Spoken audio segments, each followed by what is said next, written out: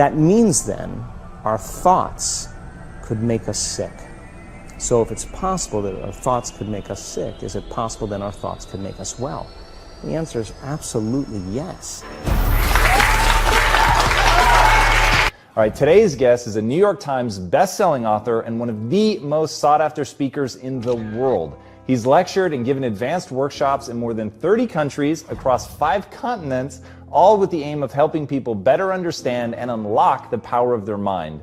His expertise is the intersection of the fields of neuroscience, epigenetics, and quantum physics, and he's partnered with other scientists across multiple disciplines to perform extensive research on the effects of meditation, using advanced technologies such as epigenetic testing, brain mapping with EEGs, and gas discharge visualization technology. Through his work, he is endeavoring to help advance both the scientific community and the public at large's understanding of mind-derived health optimization, a topic he covered extensively in his groundbreaking book, You Are the Placebo. His teaching has had such a profound impact on the way that people perceive a wide range of brain-related topics around mindfulness and well-being that he's a faculty member at the Quantum University in Hawaii, the Omega Institute for Holistic Studies in New York, and the Kripalu Center for Yoga and Health in Stockbridge, Massachusetts. He's also an invited chair of the research committee at Life University in Atlanta, as well as a corporate consultant where he delivers his lectures and workshops for businesses. So please, help me in welcoming the man who has appeared in such films as Heal, People vs. the State of Illusion, and Unleashing Creativity, the author of the recent book, Becoming Supernatural, Dr. Joe Dispenza.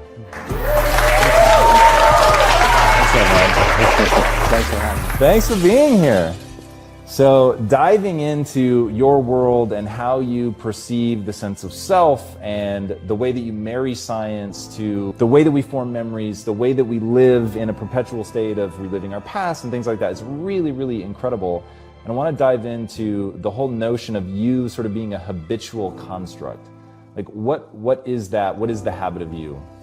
Well, a habit is a redundant set of automatic, unconscious thoughts, behaviors, and emotions that's acquired through repetition. A habit is when you've done something so many times that your body now knows how to do it better than your mind.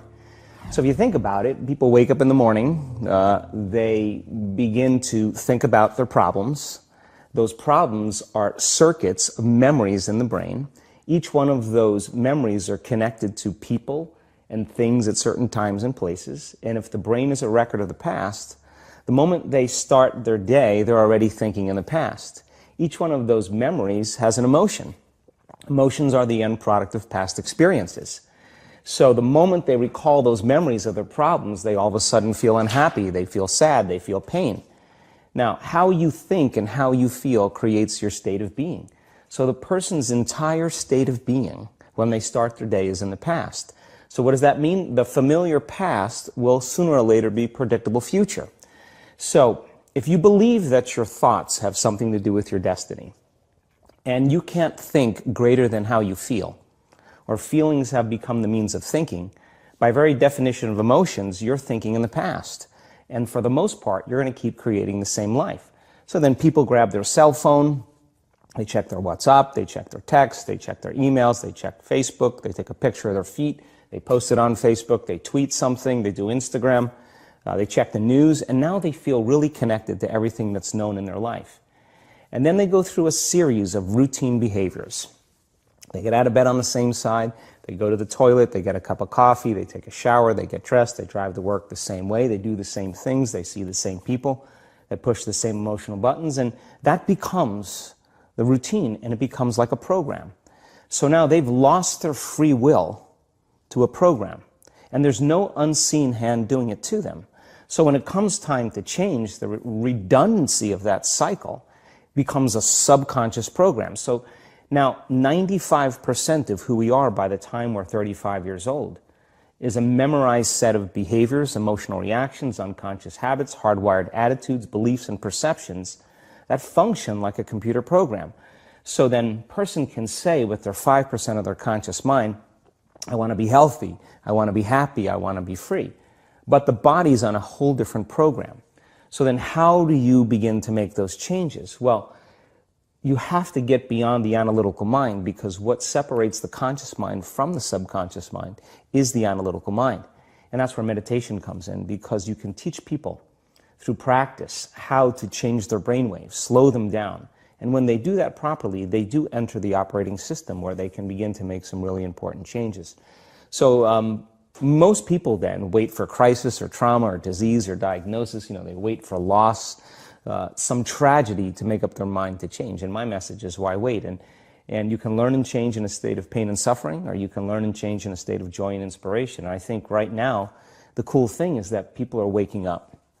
That's really interesting, and where I found the deepest hooks into how powerful this can be for somebody is when you talk about trauma, and you've talked about how people experience a traumatic event, but they then basically rehearse it, and how that then has this knock-on effect. So what is that? Why do people find it so hard to get past trauma? Well, the stronger the emotional reaction you have to some experience in your life, the higher the emotional quotient, the more you pay attention to the cause. And the moment the brain puts all of its attention on the cause, it takes a snapshot, and that's called a memory.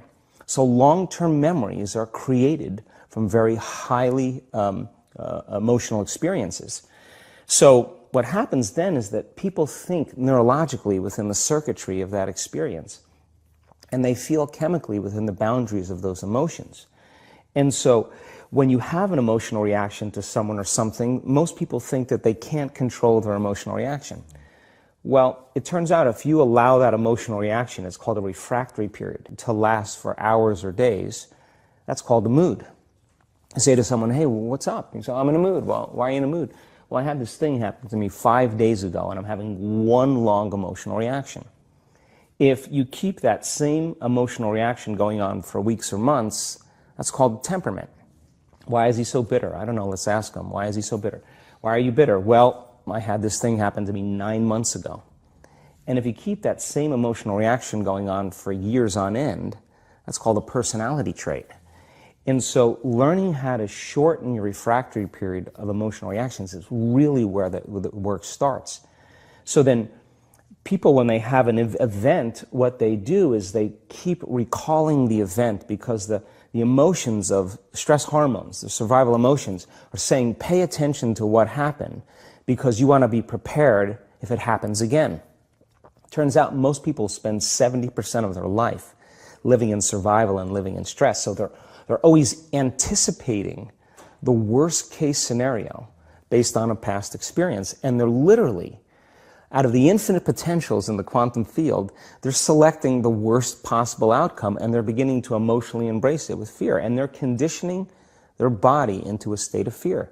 Do that enough times, body has a panic attack without you. You can't even predict it because it's programmed subconsciously. So then you say to the person, why are you this way? And they'll say, I am this way because of this event that happened to me 15 or 20 years ago. And what that means from a biological standpoint is that they haven't been able to change since that event. So then the emotions from the experience tend to give the body and the brain a rush of energy. So people become addicted to the rush of those emotions, and they use the problems and conditions in their life to reaffirm their limitation, so at least they can feel something. So now when it comes time to change, you say to the person, why are you this way? Well, every time they recall the event, they're producing the same chemistry in their brain and body as if the event is occurring, firing and wiring the same circuits and sending the same emotional signature to the body. Well, what's the relevance behind that? Well, your body is the unconscious mind. It doesn't know the difference between the experience that's creating the emotion and the emotion that you're creating by thought alone. So the body's believing it's living in the same past experience 24 hours a day, 7 days a week, 365 days a year. And so then when those emotions influence certain thoughts, and they do, and then those thoughts create the same emotions, and those same emotions influence the same thoughts, now the entire person's state of being is in the past. So then the hardest part about change is not making the same choices you did the day before, period. And the moment you decide to make a different choice, get ready, because it's going to feel uncomfortable. It's going to feel unfamiliar. There's going to be some uncertainty. Why does it feel so uncomfortable? Is it because of the neurons that fire together wire together? So there's like an easiness to that loop, just because literally, and you've talked very eloquently about this, the way that the neurons connect in the brain, how rapidly, I've seen you show footage of how rapidly those connections happen, which is pretty incredible. Is that what makes it so discomforting for people? I think that the bigger thing is that we keep firing and wiring those circuits. They become more hardwired. So you have a thought and then the program runs. But it's the emotion that follows the thought. If you have a fearful thought, you're going to feel anxiety. The moment you feel anxiety, your brain's checking in with your body and saying, yeah, you're pretty anxious. So then you start thinking more corresponding thoughts equal to how you feel. Well, the redundancy of that cycle conditions the body to become the mind. So now, when it comes time to change, a person steps into that river of change and they make a different choice, and all of a sudden, they don't feel the same way. So the body says, well, you've been doing this for 35 years. You're going to just stop suffering and stop feeling guilty and stop feeling shameful, and you're not going to complain or blame or make excuses or feel sorry for yourself. Well, the body's in the unknown. So the body says, I want to return back to familiar territory. So the body starts influencing the mind, and it says, start tomorrow. You're too much like your mother. You'll never change. This isn't going to work for you. This doesn't feel right. And so if you respond to that thought as if it's true, that same thought will lead to the same choice, which will lead to the same behavior, which will create the same experience, which will produce the same emotion. I want to talk about that notion of, give me a little more detail on what you mean by the body becomes the mind, or the unconscious mind. What do you mean by that exactly? Well, those are two different things. Your body is your unconscious mind.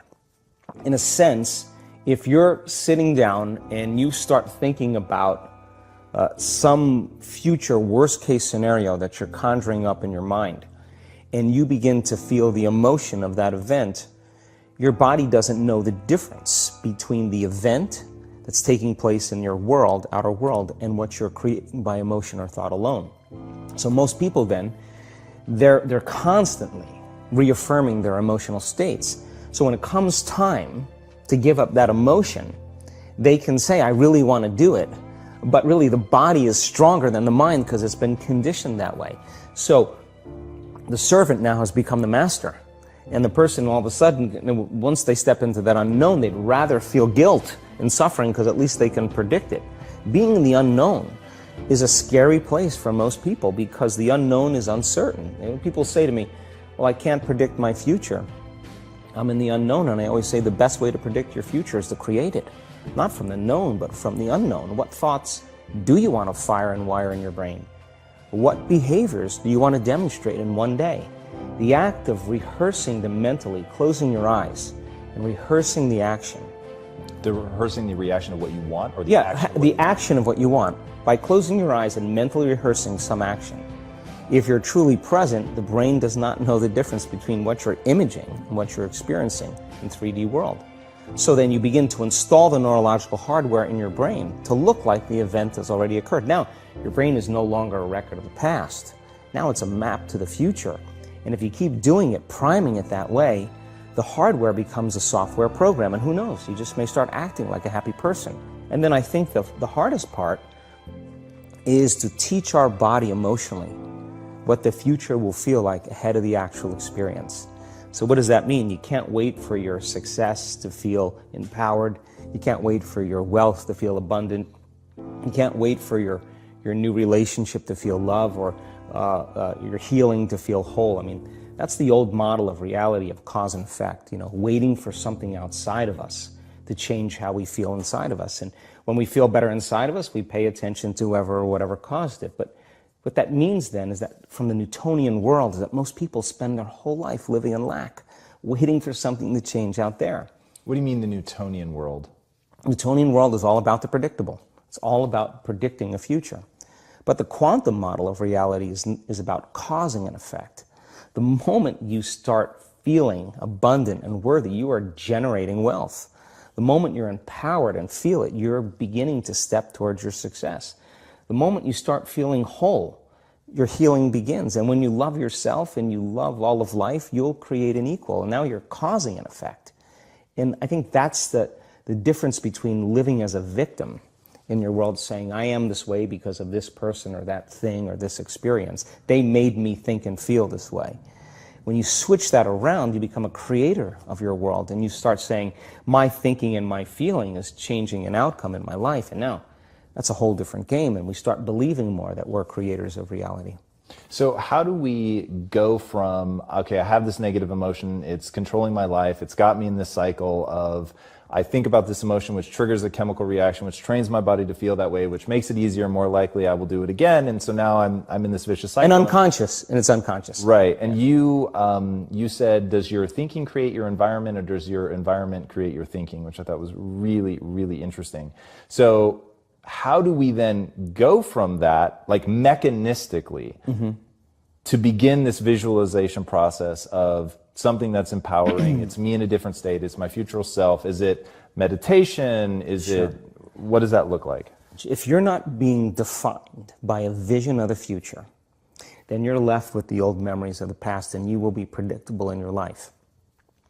And if you wake up in the morning and you're not being defined by a vision of the future, as you see the same people and you go to the same places and you do the exact same thing at the exact same time, it's no longer that your personality is creating your personal reality. Now your personal reality is affecting or creating your personality. Your environment is really controlling how you think and feel unconsciously, because every person, everything, every place, every experience has a neurological network in your brain. Every experience that you have with every person produces an emotion. So some people will use their boss to reaffirm their addiction to judgment. They'll use their enemy to reaffirm their addiction to hatred. They'll use their friends to reaffirm their addiction to suffering. So now they need the outer world to feel something. So to change then is to be greater than your environment, to be greater than the conditions in your world. And the environment is that seductive. So then, why is meditation the tool? Well, let's sit down, let's close our eyes. Let's disconnect from your outer environment. So if you're seeing less things, there's less stimulation going to your brain. If you're playing soft music or you have earplugs in, less sensory information coming to your brain, so you're disconnecting from your environment. If you can sit your body down and tell it to stay like an animal, stay right here. I'm going to feed you when we're done. You can get up and check your emails. You can do all your texts. But right now, you're going to sit there and obey me. So then, when you do that properly, and you're not eating anything or smelling anything or tasting anything, you're not up experiencing and feeling anything, you would have to agree with me that you're being defined by a thought, right? So when the body wants to go back to its emotional past, and you become aware that your attention is on that emotion, and where you place your attention is where you place your energy. You're siphoning your energy out of the present moment into the past, and you become aware of that. And you settle your body back down in the present moment, because it's saying, well, it's 8 o'clock. You normally get upset because you're in traffic around this time, and here you are sitting, and we're used to feeling anger, and you're off schedule. Oh, it's 11 o'clock, and you usually check your emails and judge everybody. Well, the body's looking for that predictable chemical state. Every time you become aware that you're doing that and your body is craving those emotions and you settle it back down into the present moment, you're telling the body it's no longer the mind, that you're the mind. And now your will is getting greater than the program. And if you keep doing this over and over again, over and over again, over and over again, just like training a stallion or a dog, it's just going to say, I'm going to sit. And the moment that happens, when the body's no longer the mind, when it finally surrenders, there's a liberation of energy. We go from particle to wave, from matter to energy, and we free ourselves from the chains of those emotions that keep us in the familiar past. And we've seen this thousands of times. In fact, we can actually predict it now on a brain scan. Yeah, I found that so interesting. Let's go a little bit harder on metacognition, the notion that you don't have to believe everything you think. I love the way that you talk about that.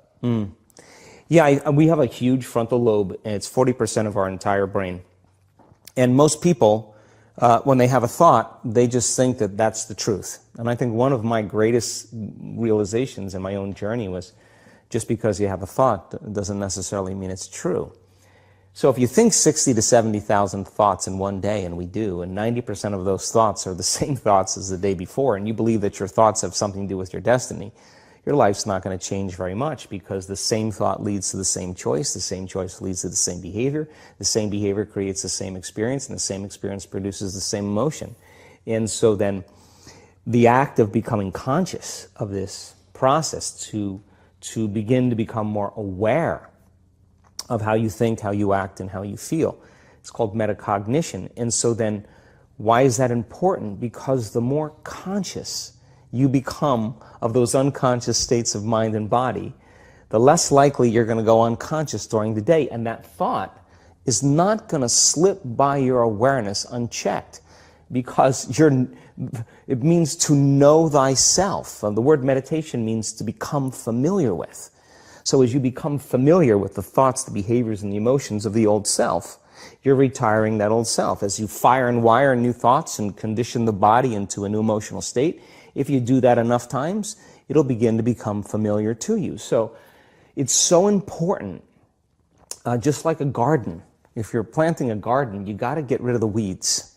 You got to take the plants from the past year and you got to pull them out. The rocks that sift to the top, that are like our emotional blocks, they have to be removed. The soil has to be tenderized and broken down. We have to make room to plant a new garden. So primarily, we learn the most about ourselves and others when we're uncomfortable.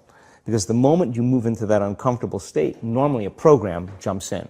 When that program jumps in, it's because the person doesn't want to be in the present moment and engage it consciously. So when you teach people how to do that with a meditative process, it turns out that when they're in their life, they're less likely to emotionally react. They're less likely to be so rigid and believe the thoughts they were thinking. They're more aware of when they go unconscious back into a habit, and that is what starts the process of change. And so we have to unlearn before we relearn. We have to break the habit of the old self before we reinvent a new self. We have to prune synaptic connections and sprout new connections. We have to unfire and unwire and refire and rewire. We have to unmemorize emotions that are stored in the body, and then recondition the body to a new mind and to a new emotion, like deprogram and reprogram. That's the act, and it's a two-step process. Yeah, I like the way that you call that out as an action. There was another thing that you said that I thought was really powerful about how insights themselves are essentially inert. They don't do anything. What then do we do with an insight? How do we take a breakthrough moment and make sure that it's not just a breakthrough moment? Like, I guarantee people watching right now are having like 100 aha moments. For sure, that was definitely the case for me as I was researching you. And when you said that, I was like, and that's the danger, that you have the aha and then nothing. Yeah, and it is a danger, because then people will shrink back into mediocrity, and they'll use the insight to excuse them from taking a leap. They'll say, yeah, I have a chemical imbalance in my brain. Yeah, my father was really overbearing. He was a perfectionist. That's why I am the way I am. People, they come up with stuff to excuse themselves. The insight is actually giving them permission to stay limited. And it's an amazing idea, because they'll say to you that they really want to get over their anxiety. But let's take your ex-husband, let's put him in a straitjacket, let's duct tape him and shoot him to the moon. Now what? I mean, what are you going to do now? You still have to make those changes. And so then when the person's enemy dies, or something shifts in their life, and that person's gone, they'll find another person to hate. This is just how we function as human beings. We just slide another reason to feel those emotions. So I think when people start to understand this, I think knowledge is power, but knowledge about yourself is self-empowerment. So how much of this is really learning to just bifurcate the world into, there's negative emotions that have negative neurochemistry associated with, and you said that in those states, if you're living in a perpetual state of stress hormones and things like that, illness is like a step away. And then just the other side of that is understanding, but there's this whole other side of positive energy, which happiness, joy, empowerment, whatever that neurochemical cocktail is, but that when you're on that side, your immune system is more likely to function well. Like, is that just sort of bringing it down to like a really base level? Is that sort of one of the big pieces? Well, let's talk about it in terms of survival or creation. As I said, 70% of the time, people live in stress, and living in stress is living in survival. Now, all organisms in nature can tolerate short-term stress. A deer gets chased by a pack of coyotes. When it outruns the coyotes, it goes back to grazing and the event is over. And the definition of stress is when your brain and body are knocked out of balance, out of homeostasis. The stress response is what the body innately does to return itself back to order. So you're driving down the road, someone cuts you off, you jam on the brakes, you give them the finger, and then you settle back down and the event is over and boom, now everything's back to normal. But what if it's not a predator that's waiting for you outside the cave, but what if it's your coworker sitting right next to you? And all day long, you're turning on those chemicals because they're pushing all your emotional buttons. When you turn on the stress response and you can't turn it off, now you're headed for disease because no organism in nature can live in emergency mode for that extended period of time. It's a scientific fact that the hormones of stress downregulate genes and create disease, long-term effects. Human beings, because of the size of the neocortex, we can turn on the stress response just by thought alone. We can think about our problems and turn on those chemicals. That means then our thoughts could make us sick. So if it's possible that our thoughts could make us sick, is it possible then our thoughts could make us well? And the answer is absolutely yes. So then, what are the emotions that are connected to survival? Let's name them. Anger, aggression, hostility, hatred, competition, fear, anxiety, worry, pain, suffering, guilt, shame, unworthiness, envy, jealousy. Those are all created by the hormones of stress. And psychology calls them normal human states of consciousness. I call those altered states of consciousness. So then we tend to remember those traumatic events more because in survival, you better be ready if it happens again. And when the survival gene is switched on, you could have 10 really great things that happen to you in your day. And you just have one bad thing that happens and you cannot take your attention off that unhappy thing because the survival gene is switched on. It's really interesting. How does epigenetics come into play in all this? Like, what's actually happening? You've talked pretty profoundly about proteins and like really at a deep level how we're signaling to our genetics to create these kinds of changes. What does that actually look like? Well, epigenetics, epi means above the gene. And many years ago, after the DNA helix was discovered by Watson and Crick, they said the blueprints of life, all diseases are created from genes. It turns out less than 5%, more like 1% of people on the planet are born with a genetic condition like type 1 diabetes or Tay-Sachs disease or sickle cell anemia. The other 95 to 99% are created by lifestyle and by choices. You can take two identical twins, exact same genome. One dies at 51, the other one dies at 85. Same gene, different environment. So all of a sudden they said, we lied. That was wrong. It's not genes that create disease. It's the environment that signals the gene that creates disease. Well, okay. But that's not the whole truth, too, because you could have two people working side by side in the same factory. One gets cancer after being exposed to a carcinogenic for 25 years. Both working for 25 years, the other one has no cancer at all. So there must be some internal order that would cause one person to not get it while another one does. So is it possible then, if the environment signals the gene, and it does, and the end product of an experience in the environment is called an emotion, can you signal the gene ahead of the environment by embracing an elevated emotion?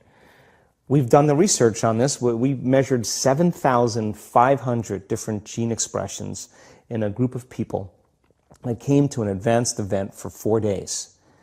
And we had them doing a seated meditation, a walking meditation, a laying down meditation, a standing meditation. And at the end of 4 days, just 4 days, the common 8 genes that were upregulated, 2 genes to suppress cancer cells and tumor growth, 2 genes for neurogenesis, the growth of new neurons in response to novel experiences and learning, the gene that signals stem cells to go to damaged areas and repair them. The gene for oxidative stress was upregulated. We started seeing all these genes that are very, very healthy to cause the body to flourish. Imagine if people were doing that for 3 months. We also measured telomeres, the little shoestrings on the end of DNA that tell us our biological age. We asked people to do the work, meditation 5 out of 7 days for 60 days. Measure their telomeres that determine their biological age. 60 days later, 74% of the people lengthen their telomeres. 40% significant change. 20% a very remarkable change.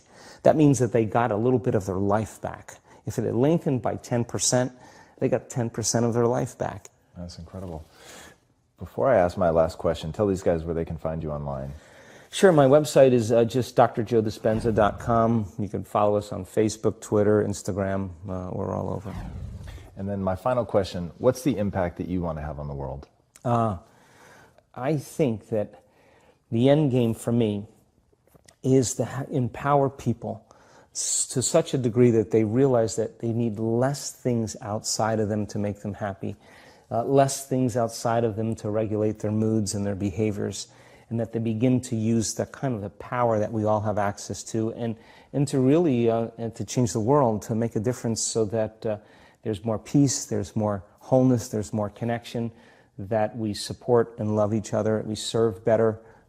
And I think that we have to start, for the most part, if everybody's working on themselves and doing their best to present the greatest ideal of themselves to the world, I think the world will be a better place. And so that's my passion, and I'm witnessing it happening now more than I ever thought I would. That's incredible. Joe, thank you so much for being here. It was amazing having you. Guys, go watch this man's videos. They are some of the best explanations of what's going on inside the mind that I've ever come across. There were several that I literally have people in my life that I'm going to force to sit down and watch these things. They're just incredible explanations of how you create yourself out of the things that you do habitually. The way that you think creates a feeling. The way that you feel creates thinking that matches that. And then you get in this cycle, and that coming down to that personality ultimately being a finite set of patterns in your brain, I think is really, really illuminating in terms of how we actually experience the world.